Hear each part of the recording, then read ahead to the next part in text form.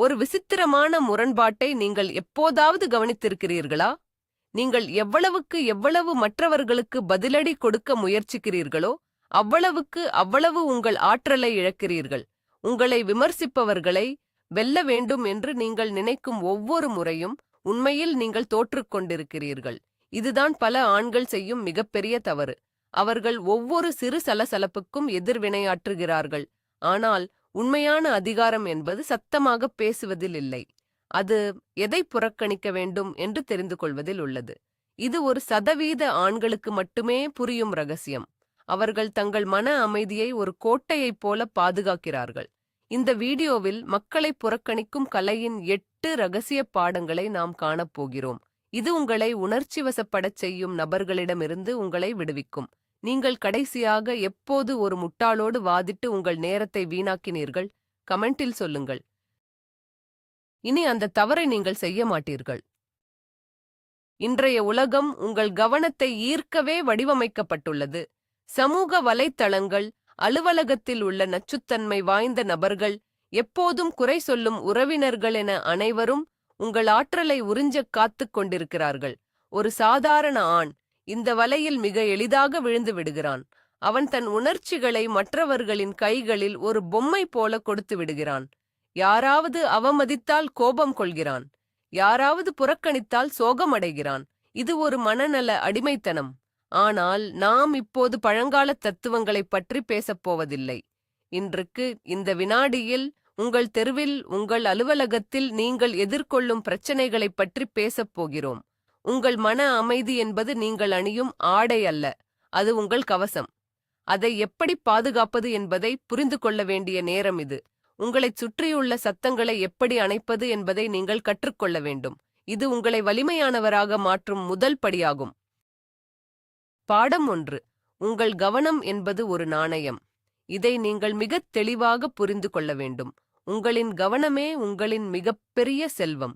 பெரும்பாலான ஆண்கள் இதை மிக எளிதாக மற்றவர்களிடம் கொடுத்து விடுகிறார்கள். யாராவது உங்களை விமர்சித்தால் உடனே கோபப்படுகிறீர்கள். யாராவது உங்களை அவமதித்தால் உடனே பதிலடி கொடுக்க நினைக்கிறீர்கள். ஆனால் வலிமையான ஆண் இதைச் செய்வதில்லை. அவனுக்குத் தெரியும் அவனது கவனம் எவ்வளவு மதிப்பானதென்று.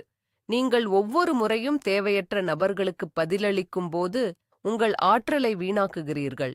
ஒரு விலையுயர்ந்த நாணயத்தை குப்பையில் வீசுவதைப் போன்றது இது.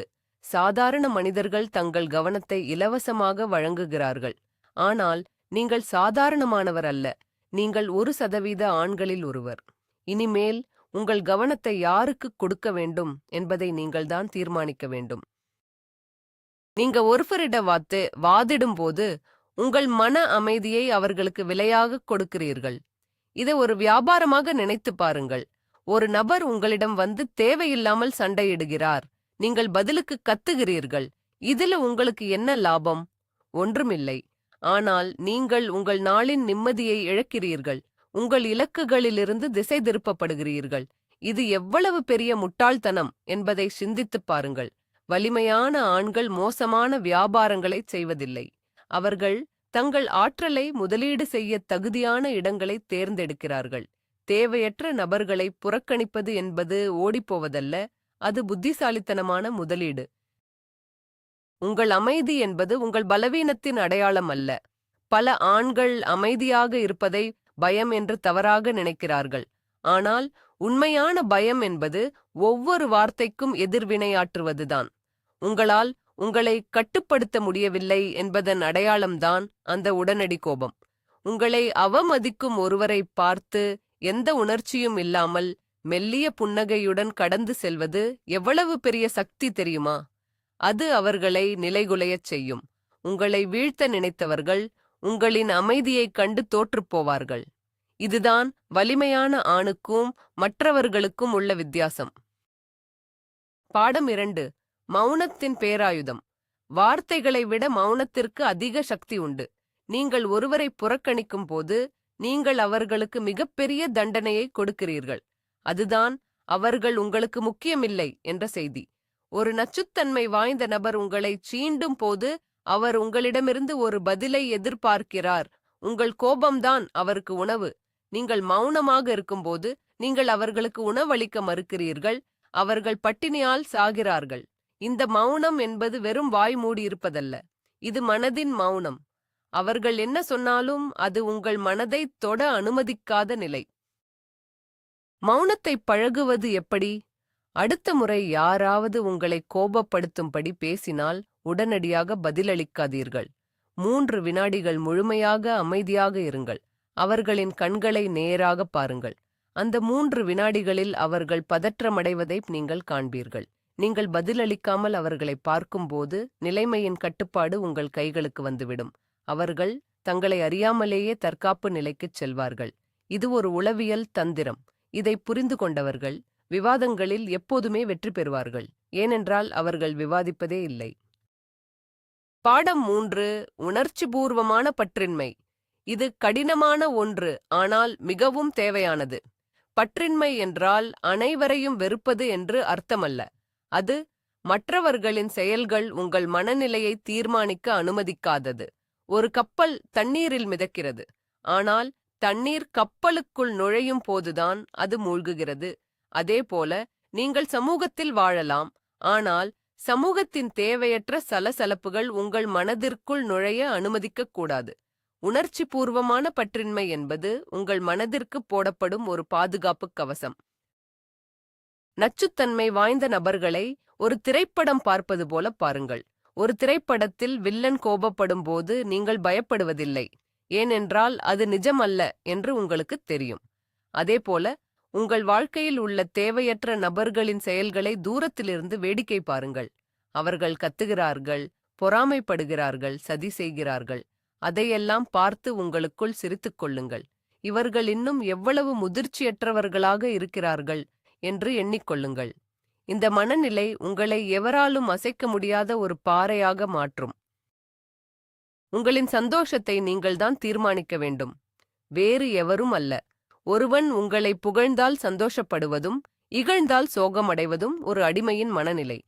உங்களை பற்றிய மதிப்பீடு உங்களுக்குள் இருந்து வர வேண்டும். நீங்கள் யார், உங்களின் தரம் என்ன என்பது உங்களுக்கு தெரிந்தால் மற்றவர்களின் வார்த்தைகள் உங்களை பாதிக்காது. இதுதான் உண்மையான சுதந்திரம்.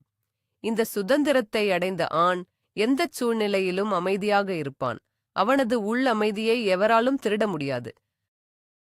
பாடம் 4. ஆற்றலை உறிஞ்சுபவர்களை அடையாளம் காணுதல். நம் அனைவர் வாழ்க்கையிலும் சில நபர்கள் இருப்பார்கள். அவர்களுடன் பேசி முடித்ததும் நாம் மிகவும் சோர்வாக உணர்வோம். அவர்கள் எப்போதும் எதிர்மறையான விஷயங்களையே பேசுவார்கள், குறைகளை மட்டுமே தேடுவார்கள். இவர்கள்தான் ஆற்றலை உறிஞ்சுபவர்கள். இவர்கள் தங்கள் வாழ்க்கையில் எந்த முன்னேற்றமும் அடையாதவர்கள். எனவே உங்களையும் கீழே இழுக்க முயற்சிப்பார்கள். ஒரு வலிமையான ஆண் இவர்களை மிக எளிதாக அடையாளம் கண்டு கொள்வான். இவர்களிடம் நீங்கள் வாதிடக்கூடாது, இவர்களை திருத்தவும் முயற்சிக்கக் கூடாது. ஆற்றலை உறிஞ்சுபவர்களிடமிருந்து உங்களை எப்படி பாதுகாத்துக் கொள்வது? அவர்களை முழுமையாக தவிர்க்க முடியாவிட்டால் அவர்களிடம் உங்கள் ஈடுபாட்டை குறைத்துக் கொள்ளுங்கள். அவர்கள் பேசும்போது வெறும் தலையை மட்டும் ஆட்டுங்கள். எந்த ஆழமான பதிலையும் கொடுக்காதீர்கள். உங்கள் ரகசியங்களையோ உங்கள் இலக்குகளையோ அவர்களிடம் பகிராதீர்கள். அவர்கள் உங்களை சீண்ட முயலும் போது அப்படியா, நல்லது என்று மிகச் சுருக்கமாக பதிலளித்துவிட்டு நகர்ந்து விடுங்கள். இது அவர்களை புறக்கணிப்பதற்கான மிகச் சிறந்த வழியாகும். உங்கள் ஆற்றல் என்பது உங்கள் கனவுகளை நனவாக்க பயன்பட வேண்டும், இவர்களுக்காக வீணாகக்கூடாது. பாடம் 5. விவாதங்களில் வெற்றி பெறுவது என்ற மாயை. பல ஆண்கள் தங்களை அறிவாளிகள் என்று நிரூபிக்க எப்போதும் விவாதித்துக் கொண்டிருப்பார்கள். ஆனால் உண்மையில் ஒரு விவாதத்தில் முழுமையாக வெற்றி பெறுவது என்பது சாத்தியமற்றது. நீங்கள் தர்க்க ரீதியாக ஒருவரை தோற்கடித்தாலும் அவர் அதை ஏற்றுக்கொள்ளப் போவதில்லை. அவர் தன் ஈகோ புண்பட்டதால் உங்கள் மீது வன்மத்தைத்தான் வளர்த்துக் கொள்வார். எனவே நீங்கள் நேரத்தையும் இழக்கிறீர்கள், ஒரு எதிரியையும் உருவாக்குகிறீர்கள். இதில் உங்களுக்கு என்ன பயன்? முட்டாள்களிடம் வாதிடுவது ஒரு பன்றியுடன் சேற்றில் சண்டையிடுவதைப் போன்றது. இறுதியில் இருவர் மீதும் சேறுபடியும், ஆனால் பன்றிக்கு அது பிடிக்கும். உங்கள் செயல்கள் பேசட்டும், வார்த்தைகள் அல்ல. உண்மையான அதிகாரம் என்பது உங்கள் வெற்றியில் உள்ளது. நீங்கள் சாதித்து முடிக்கும்போது உங்களை விமர்சித்தவர்கள் தானாகவே அமைதியாகி விடுவார்கள். அதற்கு பதிலாக நீங்கள் அவர்களிடம் நின்று உங்கள் திட்டங்களை விளக்கிக் கொண்டிருந்தால் நீங்கள் உங்கள் பாதையிலிருந்து விலகுகிறீர்கள் என்று அர்த்தம். ஒரு சிங்கம் ஒருபோதும் நாய்களிடம் தன்னை நிரூபிக்க குறைப்பதில்லை. அது அமைதியாகத் தன் இலக்கை நோக்கி நடக்கும். அதன் பார்வை மட்டுமே அனைத்தையும் சொல்லும். நீங்களும் அந்தச் சிங்கத்தைப் போல இருக்கப் பழகுங்கள். உங்கள் உண்மையை மற்றவர்கள் புரிந்து கொள்ள வேண்டும் என்ற அவசியமில்லை. இது ஒரு கசப்பான உண்மை. நீங்கள் எவ்வளவுதான் விளக்கினாலும் சிலரால் உங்கள் நிலையை புரிந்து கொள்ளவே முடியாது. ஏனென்றால் அவர்களின் புரிதல் திறன் அவ்வளவுதான். இதை ஏற்றுக்கொள்வதுதான் மனமுதிர்ச்சி. அனைவரையும் திருப்திப்படுத்தும் பொறுப்பு உங்களுக்கு இல்லை. உங்கள் மனசாட்சிக்கு நீங்கள் சரியாக இருந்தால் போதும். தேவையற்ற விளக்கங்களை கொடுப்பதை நிறுத்துங்கள்.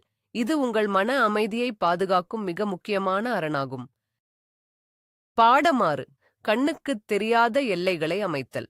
ஒரு நாட்டை பாதுகாக்க எப்படி எல்லைகள் தேவையோ அதே போல உங்கள் மனதை பாதுகாக்கவும் எல்லைகள் தேவை. எந்த மனிதர் உங்களிடம் எப்படி நடந்து கொள்ள வேண்டும் என்பதை நீங்கள்தான் தீர்மானிக்கிறீர்கள். நீங்கள் எல்லாவற்றுக்கும் தலையாட்டினால் மக்கள் உங்களை எளிதாக எடுத்துக்கொள்வார்கள். நீங்கள் வேண்டாம் என்று சொல்ல பழக வேண்டும். நோ என்ற சொல் ஒரு முழுமையான வாக்கியம். அதற்கு நீங்கள் விளக்கம் கொடுக்கத் தேவையில்லை. உங்கள் எல்லைகளை மீறுபவர்களை எப்படி கையாள்வது? அவர்களை எச்சரிக்கத் தேவையில்லை. அமைதியாக அவர்களை உங்கள் வாழ்க்கையிலிருந்து ஓரங்கட்டுங்கள். அவர்கள் உங்களுக்கு மெசேஜ் அனுப்பினால் உடனடியாக பதிலளிக்காதீர்கள். அவர்கள் உங்களை அழைக்க முயற்சித்தால் எப்போதும் கிடைக்கக்கூடியவராக இருக்காதீர்கள். உங்கள் நேரத்தின் மதிப்பை அவர்களுக்கு உணர்த்துங்கள். நீங்கள் எளிதில் கிடைக்காத போது உங்கள் மதிப்பு தானாகவே உயரும். இது திமிர் அல்ல, இது சுயமரியாதை. ஒரு வலிமையான ஆண் தன் எல்லைகளை தெளிவாக வகுத்து வைத்திருப்பான். எல்லைகளை அமைப்பது உங்கள் மீதான மரியாதையை அதிகரிக்கும். ஆரம்பத்தில் சிலருக்கு உங்கள் மாற்றம் பிடிக்காமல் போகலாம். அவர்கள் உங்களை சுயநலவாதி என்று கூறலாம். ஆனால் அதை பற்றி கவலைப்படாதீர்கள். தொடர்ந்து உங்கள் நிலையில் உறுதியாக இருங்கள். சிறிது காலத்தில் அவர்களே உங்களை மதிக்கத் தொடங்குவார்கள். நீங்கள் உங்களை எந்த அளவுக்கு மதிக்கிறீர்களோ அந்த அளவுக்குத்தான் இந்த உலகம் உங்களை மதிக்கும். உங்கள் மன அமைதிக்கு விலை பேசும் எவரையும் உங்கள் எல்லைக்குள் அனுமதிக்காதீர்கள். பாடம் 7. சத்தங்களை விட்டுவிட்டு உங்கள் இலக்கில் கவனம் செலுத்துதல். உங்களைச் சுற்றியுள்ள பெரும்பாலான விஷயங்கள் வெறும் சத்தங்கள் மட்டுமே. செய்திகள், வதந்திகள், பிறரின் கருத்துக்கள், இவையெல்லாம் உங்கள் கவனத்தை சிதறடிக்கும் சத்தங்கள். ஒரு வலிமையான ஆணுக்கென்று ஒரு இலக்கு இருக்கும். அவனது முழு கவனமும் அந்த இலக்கின் மீது மட்டுமே இருக்கும். நீங்கள் உங்கள் இலக்கை நோக்கி ஓடிக்கொண்டிருக்கும் போது வழியில் உங்களை குறை சொல்லும் ஒவ்வொரு மனிதருக்கும் பதிலளித்துக் கொண்டிருந்தால் நீங்கள் எப்போது இலக்கை அடைவது? பார்வை குதிரையைப் போல இருங்கள். பந்தய குதிரைகளின் கண்களின் இருபுறமும் பட்டைகள் கட்டப்பட்டிருக்கும். ஏனென்றால் அவை பக்கவாட்டில் நடப்பதை பார்த்து சிதறடிக்கப்படக்கூடாது. உங்கள் இலக்கு மட்டுமே உங்களுக்குத் தெரிய வேண்டும். உங்களை பார்த்துச் சிரிப்பவர்களை, உங்களை கேலி செய்பவர்களை உங்கள் பார்வையிலிருந்து முற்றிலும் அகற்றிவிடுங்கள். அவர்கள் உங்கள் வெற்றிப் பயணத்தில் ஒரு சிறு தூசிக்குச் சமமானவர்கள். உங்கள் ஆற்றலை நேர்மறையான விஷயங்களில் மட்டுமே முதலீடு செய்யுங்கள். உங்கள் வெற்றிதான் அவர்களுக்கு நீங்கள் கொடுக்கும் மிகப்பெரிய பதிலடி. பாடம் 8. முழுமையான அலட்சியமே உண்மையான சக்தி. அலட்சியம் என்பது ஒரு கலை. அது கோபத்தின் வெளிப்பாடு அல்ல. அது வெறுப்பின் வெளிப்பாடும் அல்ல. அது நீ என் வாழ்க்கையில் எந்த தாக்கத்தையும் ஏற்படுத்த முடியாது என்ற தெளிவான நிலைப்பாடு. ஒருவர் உங்களை வீழ்த்த எவ்வளவு முயற்சித்தாலும் நீங்கள் அதைக் கண்டு கொள்ளாமல் உங்கள் வேலையைச் செய்து கொண்டிருந்தால் அதுவே அவர்களுக்கு மிகப்பெரிய தோல்வியாகும். உணர்ச்சிகளால் உங்களை ஆள முடியாதபடி உங்களை நீங்களே செதுக்கிக் கொள்ளுங்கள். இந்த நிலைப்பாட்டை அடைவது எளிதல்ல. இதற்கு தொடர்ச்சியான பயிற்சி தேவை. ஒவ்வொரு நாளும் உங்களை நீங்களே சோதித்துக் கொள்ளுங்கள். இன்று யாராவது என்னை கோபப்படுத்தினார்களா? இன்று என் ஆற்றலை நான் வீணாக்கினேனா என்று சுய பகுப்பாய்வு செய்யுங்கள். நீங்கள் எதற்கும் எதிர்வினையாற்றாத ஒரு நிலையை அடையும் போது நீங்கள் உண்மையிலேயே சுதந்திரமானவராக மாறுவீர்கள். உங்களை எவராலும் கட்டுப்படுத்த முடியாது. இதுதான் ஒரு உயர்நிலை ஆணின் மன உறுதி. இதுதான் 1% ஆண்களின் ரகசியம். இந்த ரகசியத்தை இப்போது நீங்கள் அறிவீர்கள். இதை உங்கள் ஆயுதமாக மாற்றுங்கள். இறுதியாக ஒன்றை மட்டும் நன்றாக நினைவில் வையுங்கள். உங்கள் மன அமைதி என்பது உலகின் மிக விலையுயர்ந்த சொத்து. அதை சாதாரண மனிதர்களின் காலடியில் வீசாதீர்கள். மக்களை புறக்கணிப்பது என்பது அகங்காரம் அல்ல. அது உங்களை நீங்களே தற்காத்துக் கொள்ளும் ஒரு தற்காப்புக் கலை. தேவையற்ற சண்டைகள், விவாதங்கள் மற்றும் நச்சு நபர்களிடமிருந்து விலகியிருப்பதன் மூலம் நீங்கள் உங்கள் வலிமையை பன்மடங்கு பெருக்கிக் கொள்கிறீர்கள். இன்று முதல் உங்கள் கவனத்தை ஒரு ஆயுதமாக பயன்படுத்துங்கள். உங்கள் ஆற்றல் உங்கள் கனவுகளுக்காக மட்டுமே செலவிடப்பட வேண்டும்.